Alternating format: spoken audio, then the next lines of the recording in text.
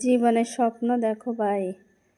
বিয়ের আগে স্বপ্ন দেখো, বিয়ের পরে কোনো স্বপ্ন দেখিও না। কারণ বিয়ের পরে এই যে দেখো, হলুদ মরিচ লবণ তেল নিয়ে তোমার ঘোরাঘুরি করতে হবে, মাটির চুলায় রান্না করা, কে কি খাবে, কখন কার নাস্তা কি দিতে হবে, সব কিছু নিয়ে ব্যস্ত থাকতে হবে। তাই বাপের বাড়ি থেকে অনেক সুখ করে নাও। স্বামীর বাড়িতে আসার পরে যে তুমি মন্ত্রী ম্যাজিস্ট্রেট হবে তা না, তুমি হয়ে থাকবে তাদের ঘরের চাকরানী।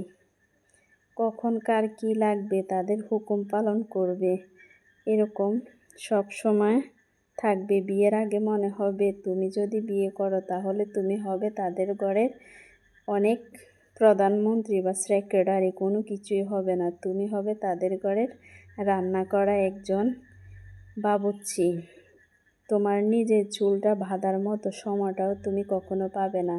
তাই বিয়ের আগে বাপের বাড়িতে থেকে অনেক সুখ করে নাও। বিয়ের পরে সুখ তো পাবে না কখনো, আরও দোষারোপের অনেক কিছুই মাথার উপরে নিয়ে ভুগতে হবে।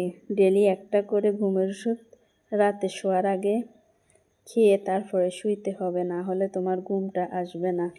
তোমার অনেক চিন্তা থাকবে, কখন কি করবে, কার মনটা কিভাবে জয় করবে। তাই বিয়ের আগে বাপের বাড়িতে থেকে অনেক সুখটা করে নাও, আর ঈদটা ভালোভাবে উদযাপন করো বাপের বাড়িতে থাকি।